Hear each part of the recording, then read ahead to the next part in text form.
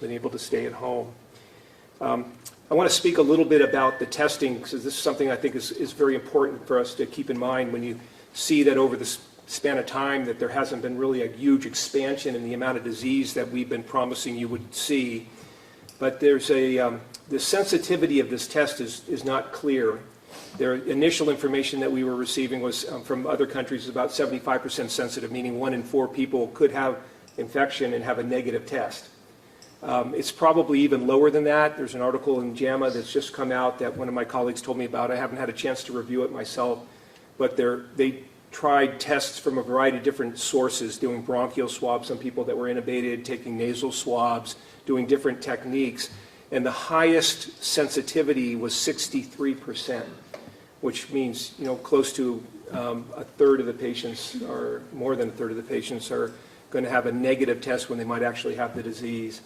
And colleagues around the country that I'm getting reports from, and you hear stuff, it's very sobering in some of the hot spots like New Orleans, particularly there's an emergency medicine doctor that sent out a lot of information about what they're experiencing there.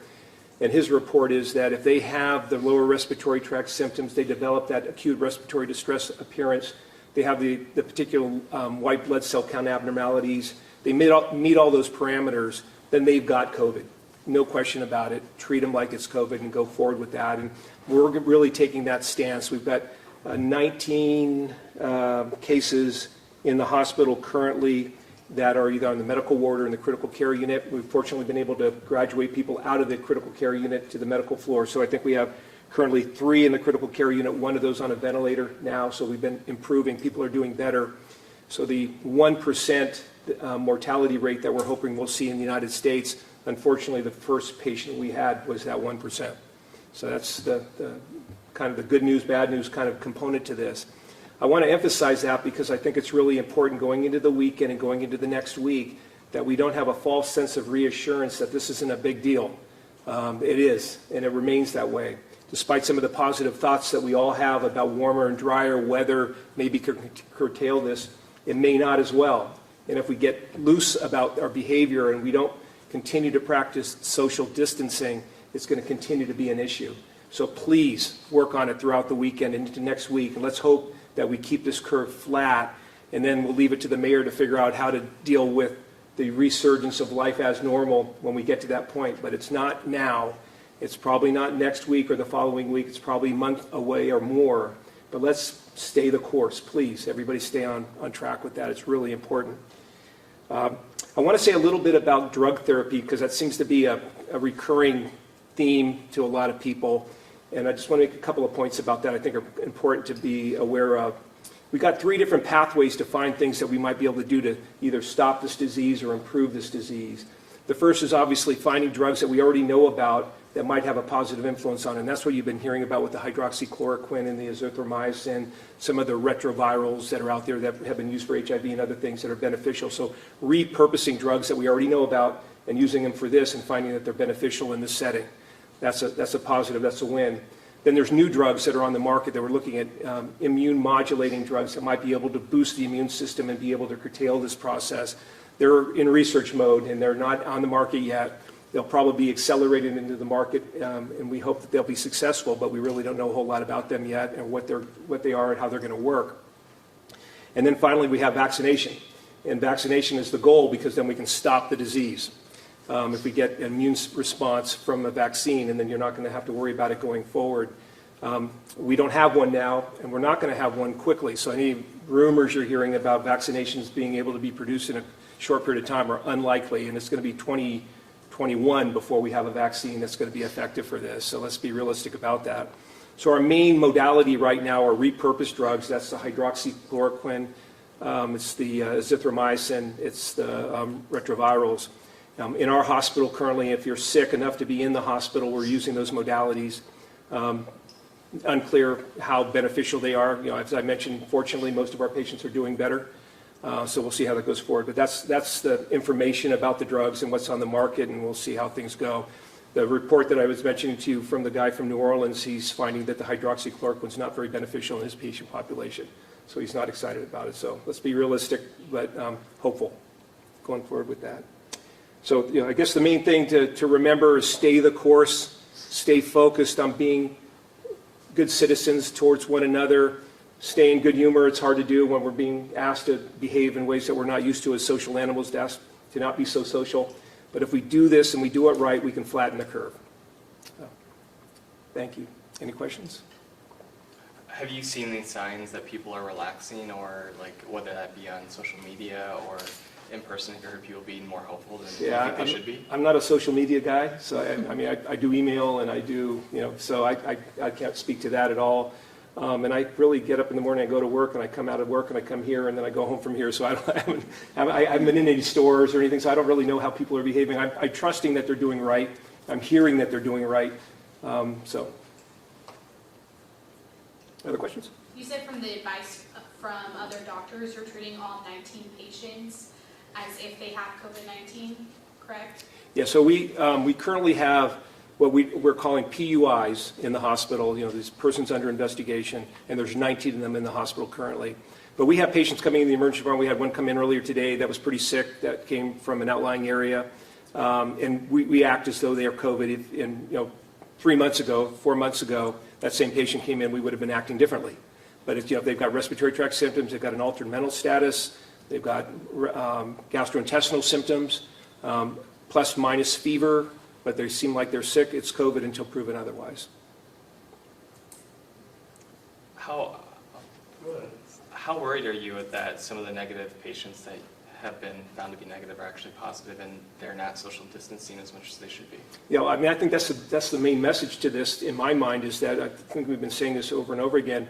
If you develop symptoms, if you get a cold, you get a fever, you develop body aches, headache, respiratory tract symptoms, GI symptoms, believe you're sick and go home and self-quarantine and stay self-quarantine. Stay self-quarantine until you are asymptomatic, and make sure that there's been at least a week in that window, and have no fever for 3 consecutive days, and have no more or improving respiratory tract symptoms before you release yourself from self-quarantine. If everybody behaves that way, that's the CDC guidelines. If everybody behaves that way, we'll curtail this. You don't need a test to prove it. Let's just say it's COVID and move forward. I had somebody ask this question earlier this morning, but is there any thoughts with the weather warming up, with a possibility of transfer through mosquitoes or anything like that? No, there's no evidence that happens. No, it's water droplet transmitted. I don't think you can get enough of a vaccine, viremia from this, that's blood-borne virus, that a mosquito can pick it up and spread it to another person. It's through the water droplets. It's in the respiratory tract predominantly, and you cough it out. So you're saying that the test only shows accurate results 63% of the time? That's correct. Wow. That's in the STEM article with nasal swab. And other routes of collecting the specimens lower than that. That's not you saying it, that's an article saying it. That's correct. Okay.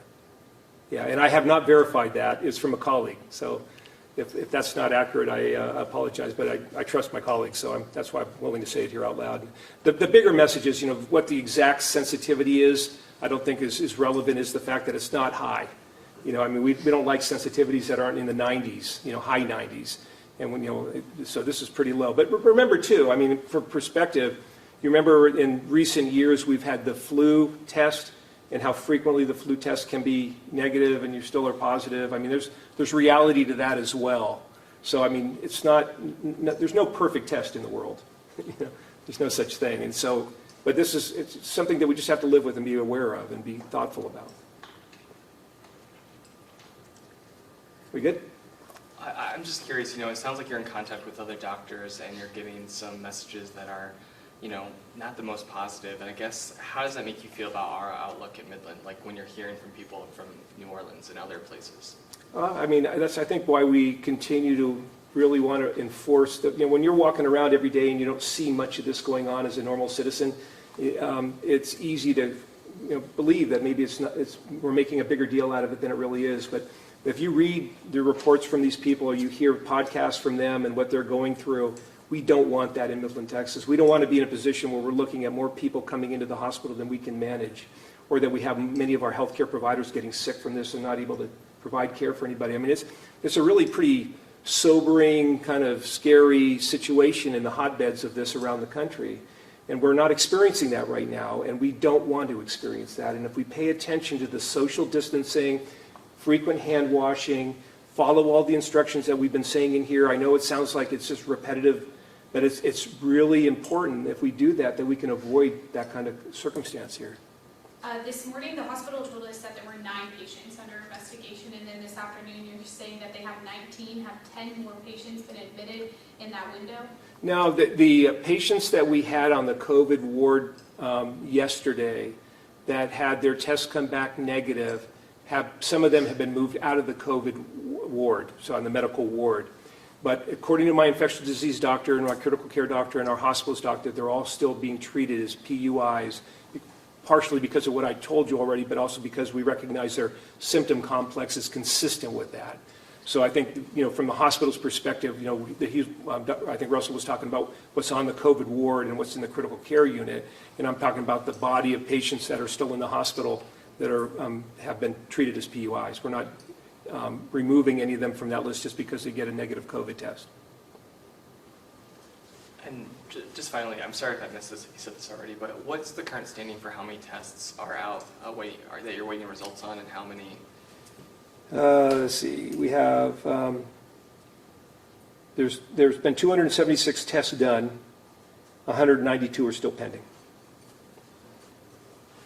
All right, thank you, Dr. Wilson. We'll hear from the health department next.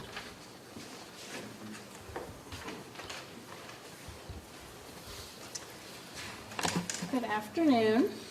I wanted to start by just giving a little definition on what the exposures are. Currently, we categorize exposure into 3 categories. We have travel to areas where there is known community spread.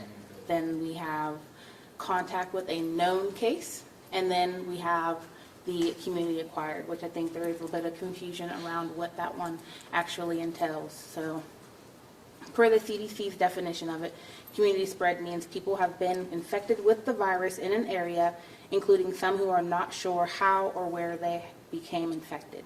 So it's kind of along the lines of ruling it out. So we rule out travel, we rule out contact with the case, so we're left with community acquired, kind of saying this person did not leave the community, so it was acquired while they were still in their home community.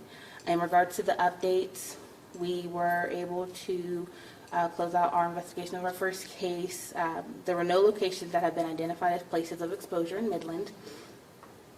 The adolescent that was also identified is at home, doing well, self-isolating. The male in his 60s, that was the community-acquired case that was mentioned, also at home, self-isolating and doing well. Female in 20s, that was also that one's also going to be community-acquired.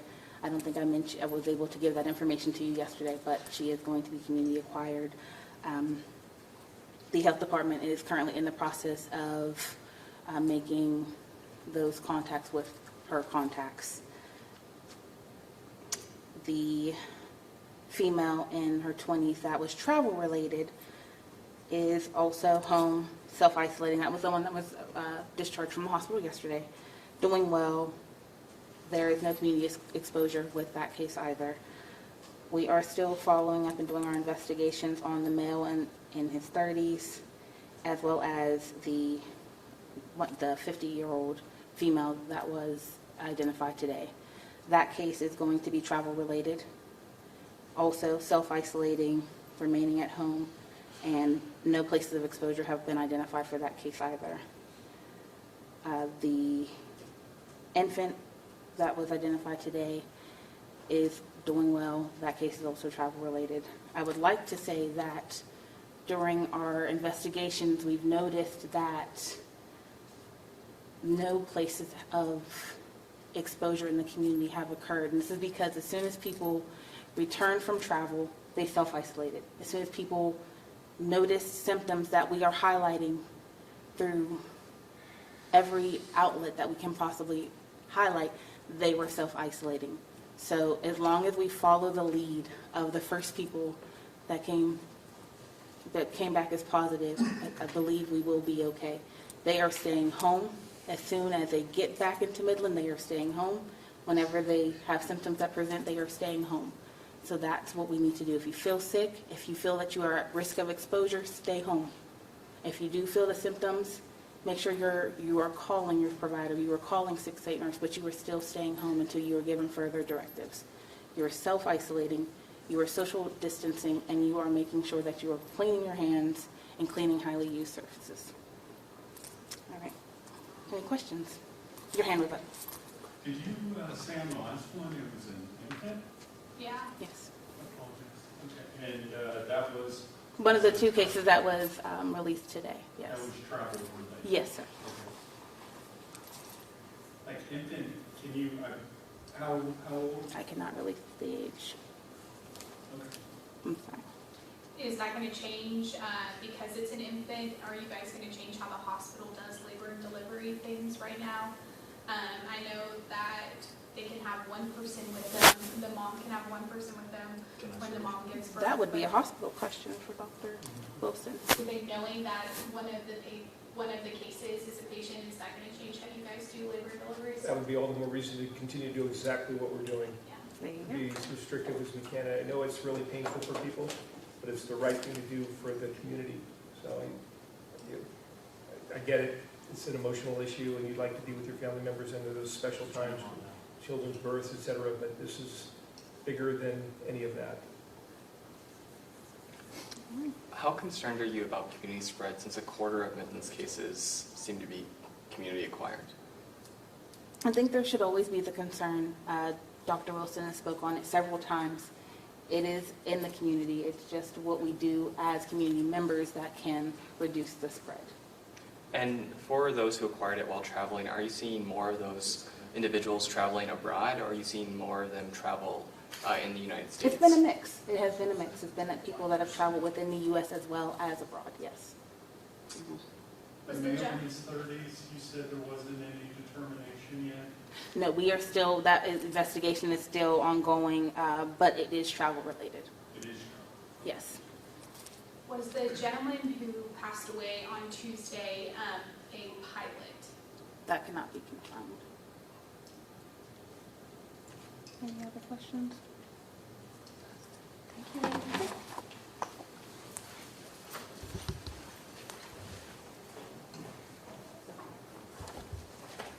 All right, so a couple of updates from Midland ISD. So we're pleased to announce that starting on Monday at lunch, we will release our next round of academic enrichment materials. We invite you all to access those online, should you have those online capabilities and abilities to interact with those materials in that way. So online would be certainly preferable, but we will have packets available at lunch on Monday at our distribution sites. But I do want to echo what has been said to you throughout these press conferences. Maintain that social distancing. Our sites have been trained in making sure that that happens, but we also rely on the support and compliance with what has already been said at these press conferences here at those sites. So thank you for working towards that. With that, we've not received a number of queries in regards to Google Classroom. Would we consider moving in that option? And that's something that we're talking about and moving forward in plans. I don't have a date on to when that would happen. Next week, we're moving into, as what we've planned, with the packets on the sites and with the access online, but we do have plans in place to provide support to our staff in transitioning to Google Classroom should we need to move in that way. Also, keeping in mind that we do have a number of students without online access, and should we move to Google Classroom and moving in that way, we would continue to maintain that low-tech option as well.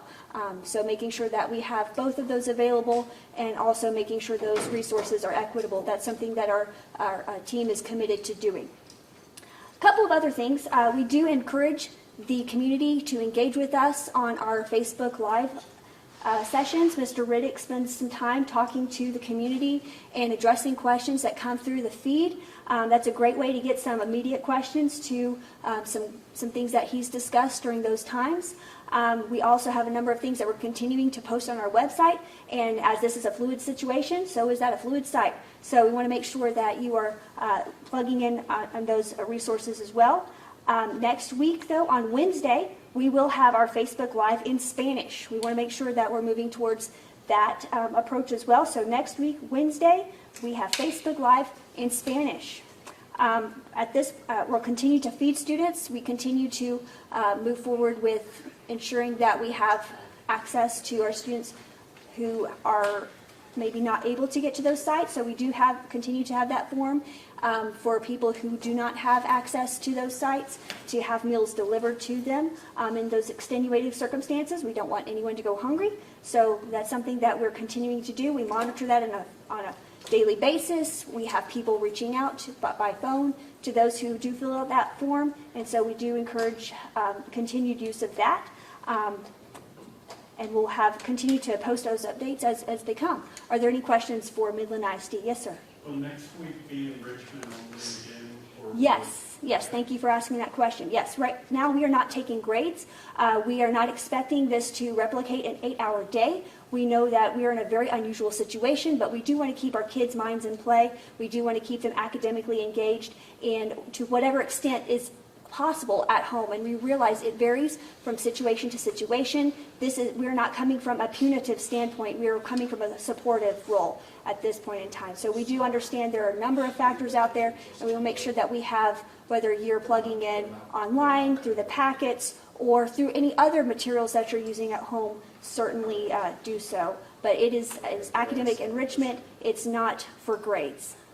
For Yes, the sir. students who maybe the competition, or at least in place for certain class rankings, is there a particular time at which those will be determined, and are we getting close to that time? Yes, so we have been in conversation with TEA, the Texas Education Agency, on what that looks like, and we're continuing to have conversations. We don't have among ourselves and among TEA about class rank, because I know that is something that everyone's looking towards and really interested in. And so yes, we're having conversations about what that would look like and what would be the best possible way to move forward with what TEA says and what what's best for our community. Can you tell us when they normally are done? I'm not sure at this particular district when that normally occurs, but usually around this time is when we start talking about that. And so those are some things that, we're going to be discussing and making sure that we're making the best possible choices, because we know that this impacts student lives. And so we want to make sure that we are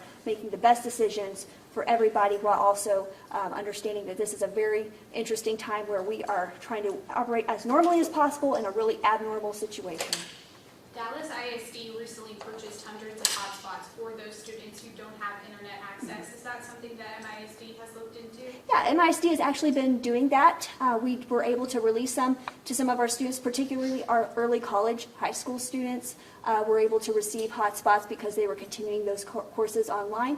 We're continuing to look at other online options and internet accessibility. We've had a number of people in the community willing to help, and so that's one thing that we're really appreciative. It's really been a community effort, and we appreciate all the support that people have provided and been willing to go the extra mile to support kids. Yeah, that's great. How many hotspots do you know? I don't have the exact count. It was a number of them. I know they're being prioritized and put into place where students don't have those accesses. So, any further questions? Okay, thank you. I guess there's no county update today. No, sir. Judge, Need his camera issues fixed? We need to wait on him to get his camera issues fixed? Guess not. Well, it's good to be with you all again. Not a lot of extra news from the city, the things we've told you over the last few days. One thing we'll be doing is we have a city council meeting coming up this Tuesday. I wouldn't really call it an emergency city council meeting as much as just an extra city council meeting, given the nature of how things are and how things can be changing. We'll be gathering together as a council on Tuesday with really one agenda item, and that is to look at the declaration that I put in play 2 weeks ago that we had a discussion about this past week, and then we'll sit down again on Tuesday and look at where we are, the things we might need to do. Are there any issues we need to change? And so really that was just me calling that meeting to make sure we had the council together to have this discussion. One thing I want to point out, I'd already forwarded this to Aaron. I'm sure it'll make its way around to you guys eventually, but you saw where the $2 trillion stimulus bill package was passed.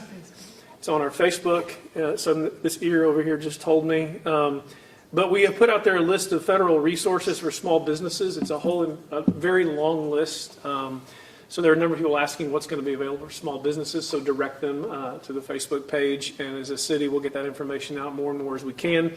As people are asking, what do we do related to small businesses as well? People are asking if we're going to put in any extra measures. We're going to stay the course where we are, which brings me really to my most important concern, or the thing that concerns me the most, which is the weekend coming up.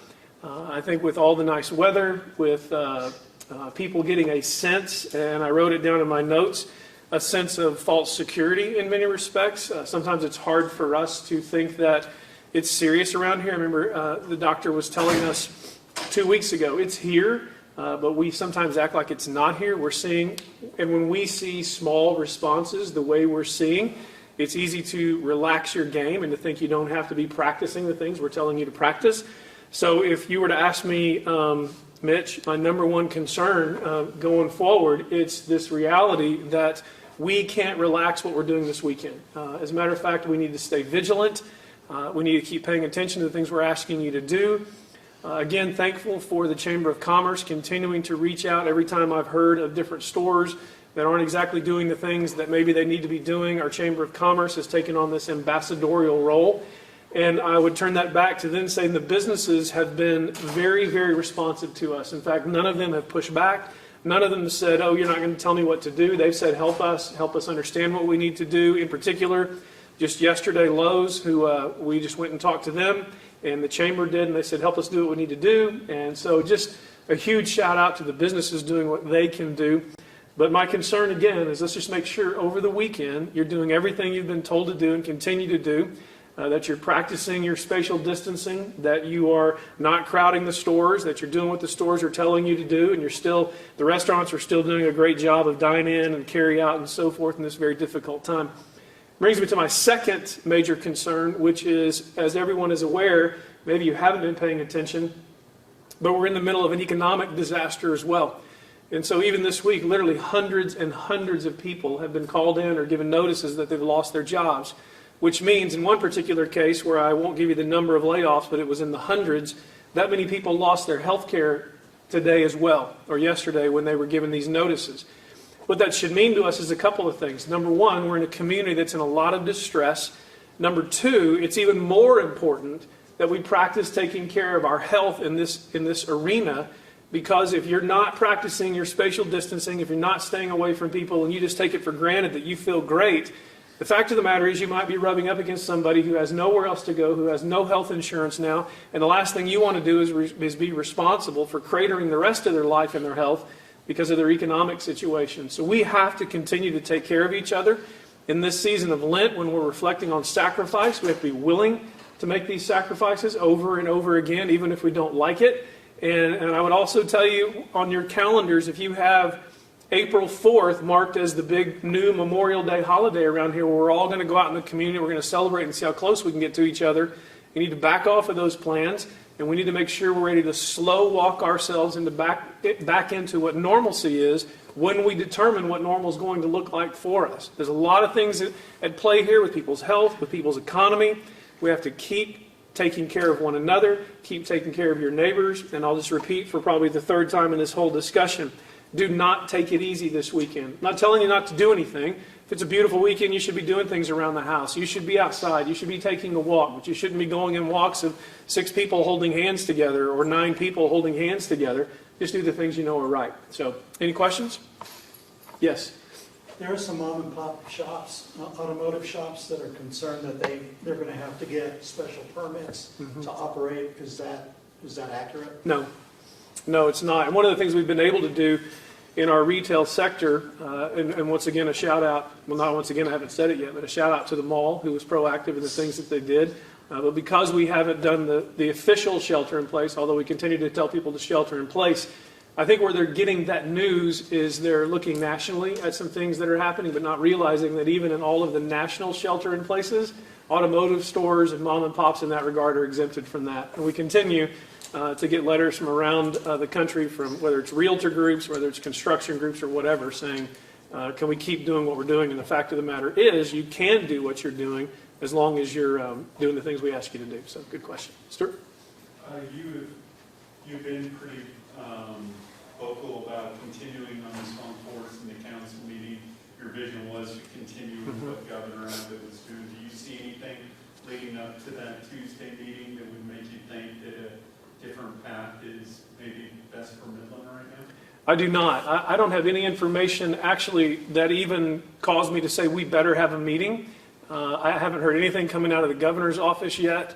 I'm a little concerned about, although we're thankful for the way our president is handling things, I'm a little concerned that we could be getting a confusing message that we need to ramp things up as fast as we can, which we all feel that way.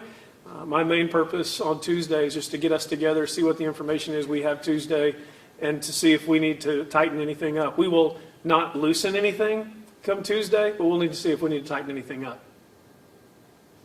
Have you seen any specific signs that people are relaxing? Not really. Sometimes it depends on the time of day. You know, you may drive by a grocery store, but then you realize they're doing the things that they need to do. I don't mark traffic as anything that would make me think that. I was talking to someone this past week who was in Dallas who has a shelter in place, and they said 2 days after the shelter in place, the traffic was worse than it was 2 days before the shelter in place. And most of the time, people are driving to go get somewhere essential. So I don't want to have a direct, really evidence. I just know our people well enough to know that sometimes we forget the weekend doesn't mean the crisis isn't still here. Yes. In the event that bars open on the over the weekend, will there be This weekend or the next? This weekend or the next weekend, will law enforcement visit those establishments? Yes, they will. There's no reason, there's nothing that has changed related to bars or restaurants. So any bar, which is where we've had a couple of complaints specifically about a couple, if they continue to defy the orders, we'll go make sure that they're obeying the orders. Did you have another question? Can you speak to the difference in you've always been not only involved in what's going on in Midland, you've always kind of seen yourself, you've always also talked about what's going on in Odessa. Right now, we seem to have a lot of Midlanders, Midland leaders, who are very vocal about what they want to have happen, what they're seeing at the hospital, everything else. Odessa, some people are arguing not as much. Is that a concern to you? It's a concern to me that any city in the Permian Basin is not communicating as much as we're trying to aggressively communicate, but hopefully they'll see the example we're trying to set, and they'll jump on the train that we're trying to lead. I think it's possibly a psychological fault that ECISD or Hector County in general has not had a reported case yet. I think that one of the challenges Mayor Turner is facing is because they don't have a reported case yet. I'd be real surprised that the city of Odessa doesn't have people who have COVID-19 in it, like we all realize, just probably about every city does. But he's going to be fighting a battle of people who think, well, it doesn't affect us, and that makes it very difficult on Mayor Turner, which is why, as Midlanders, when we make it over to Odessa for whatever we're doing, we need to be helping them as well as they're helping us when they come over here and practice, because we have such a transition between the two cities all the time. I know that the mayor and I are trying to be on the same page in just about everything we can do. Anything else? What do you think? Sorry. What do you think? What has it made? You just talked about Mayor Turner's having to probably go against some people, or having some difficult decisions and discussions. What has made Midland's effort run smoothly, do you think? Honestly, the best answer to what I think has made Midland do the things they're supposed to do is the answer you would expect me to say, but I mean it with all my heart. I think Midlanders have settled into the fact that this is a reality. They have friends and family who are in other places, and they don't want to see this break loose here in Midland. They're listening not just to me, they're listening to healthcare providers. They're listening to groups of physicians who have called them and texted them and emailed them and told them this is serious. They're beginning to meet people in their circle who have come down with this virus. And so it doesn't take long for Midlanders to get the drift that this is a serious deal. And it doesn't mean it's not that same way in other places. We're just talking about Midland, and that's the kind of people we are, and they're doing the things they need to do. with all of those compliments for the fourth time, don't relax this weekend. That should be the headline, don't relax this weekend. So, Mayor, with the park being shut down, are you concerned that other parks are going to be congested with you're referencing Dennis the Menace Park. I'm not real concerned because most of the other parks in town are really not like Dennis the Menace Park that has all of the attractions on it that bring people to that place. And quite frankly, it wasn't because of any other reason than when we saw the amount of people continuing to gather, we just needed to try to protect that as much as we could.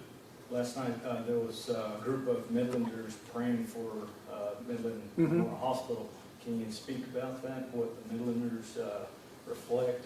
Well, I think one of the greatest things we've seen in our community over the years is our faith dynamic here in our community. Obviously, I'd speak a little bit biased about that, but I think the more incredible thing is what churches are doing, like the school district's doing. They're being forced, they're not able to meet together, and you're seeing churches really jump in this head first and say, what do we do online? I know various churches are having online prayer times, and so very proud of what our faith community is doing. Last question, there's a group of doctors who have all signed a letter, they're all seem to be pretty active. Can you describe your conversations? I think it's Protect the Front Line with that group. Yeah, well, I'm very thankful for that group of doctors. We've had conversations with them, we've sat down and talked about things we can do. We've talked about how we can meet between the things that we're trying to do and the things we're trying to accomplish. And so it's been a very productive conversation, and I've appreciated how they have really helped us get the message out as well. You mentioned President Trump doing a good job. Is there anything that you think he might have done better that he has done so far? I think our president has done a fantastic job, but I think any leader at his level, I'm at a very, very, very small level, realizes that the reason you probably are doing a great job is because of the team of people who are around you and who are giving you the information that you need so you can make the decisions you need to make. He's in a very difficult spot right now as president because the economy of this country is taking such a beating.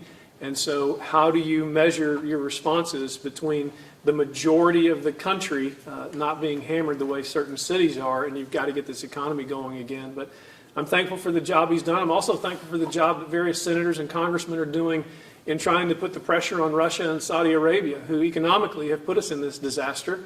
And so we, as the oil and gas central hub of the United States and one of the central hubs of the world, have to make sure that our senators and our representatives are putting the pressure on the world community, especially Saudi Arabia and especially Russia in this endeavor. So thankful for those leaders stepping up to the plate and for the oil and gas community stepping up to that plate as well. Do you think Washington is giving the oil and gas industry enough attention and its talks about stimulus and the economy? You know, the question is Washington giving the oil and gas industry enough attention? I could probably best answer, the only way I can answer is that is by how many phone calls I'm getting related to where we are and where the national, international attention is about who we are. Because if you look at all the charts that are out there, Midland tops the list as the city that might get hit the hardest when this is all finished. And so since we're the engine, we're the food, the fuel, and the fiber of Texas, and we provide most of the oil and gas for the country and one of the largest producers in the world, we're going to affect the world. As I told one international group this morning, I said we changed the world with the way we went through this hydraulic fracking revolution, and now we're in the middle of being a part of a change of the world again. So, yeah, we're getting the attention. We're going to have to realize that we still are one of those regions people don't pay attention to as much as they should. So we'll have to make our voices heard loudly and clearly through this whole process. Good to go? Thank you all. I'm going to miss you.